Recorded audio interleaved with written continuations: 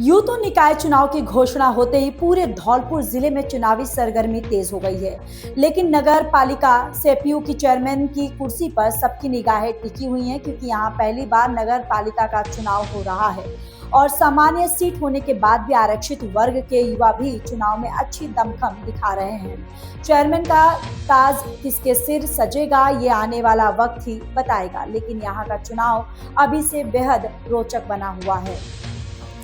सेपो में चेयरमैन की कुर्सी पर टिकी सबकी निगाहें। नगरपालिका सेपो की चुनावी स्थिति बड़ी दिलचस्प बनी हुई है। सोमवार को जिला कलेक्टर की मौजूदगी में हुई नगरपालिका के सभी 20 वार्डों के आरक्षण की लॉटरी ने कई दावेदारों का गणित बिगाड़ दिया है।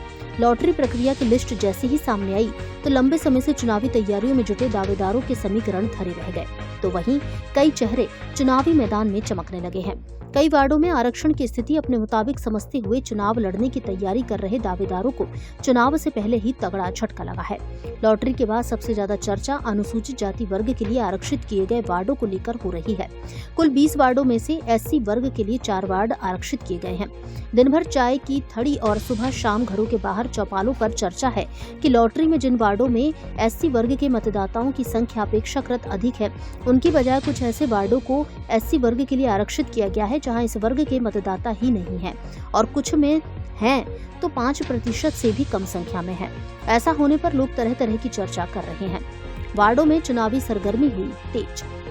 नगरपालिका चेयरमैन के बाद वार्डों की भी लॉटरी खुलने से अब हर जगह चुनावी चर्चा है। चेयरमैन की सीट सामान्य होने से सभी दलों की निगाहें सेपो चेयरमैन की कुर्सी पर टिकी हुई है। हर वर्ग के लोगों में चुनाव को लेकर इंटरेस्ट बना हुआ है। चुनावी मैदान में दावेदारों की बात की जाए तो कई चेहरे सामने हैं। सोशल मीडिया के जरिए भी लोग अपनी दावेदारी पेश कर रहे हैं। इनमें चेयरमैन पद के लिए भी कई संभावित नाम हैं, लेकिन उसके लिए वार्ड का चुनाव जीतना आवश्यक है। चेयरमैन पद के लिए दावेदारों की बात की जाए तो यहाँ भले ही सामान्य सीट है, लेकिन ओबीसी वर्ग से भी प्रबल दावेदारी की जा रही है, जिसमें अर्जुन कुशवाहा का नाम प्रमुखता से चर्चा में है।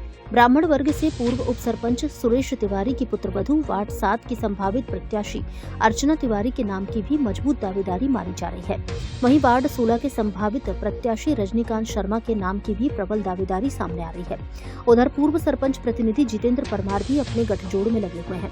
हालांकि अभी तक कौन किस पार्टी से चुनाव लड़ेगा यह क्लियर नहीं हुआ है, लेकिन कांग्रेस हो या बीजेपी या फिर बसपा, सभी दल अपने अपने समीकरण बिठाने में जुटे हुए हैं। दावेदार भी टिकट के लिए पार्टी के नेताओं के चक्कर लगा रहे हैं और कैसे भी टिकट का समीकरण बैठाने के प्रयास में जुटे हुए हैं। सेपो से फर्स्ट ट्रैक न्यूज के लिए प्रदीप शर्मा की रिपोर्ट।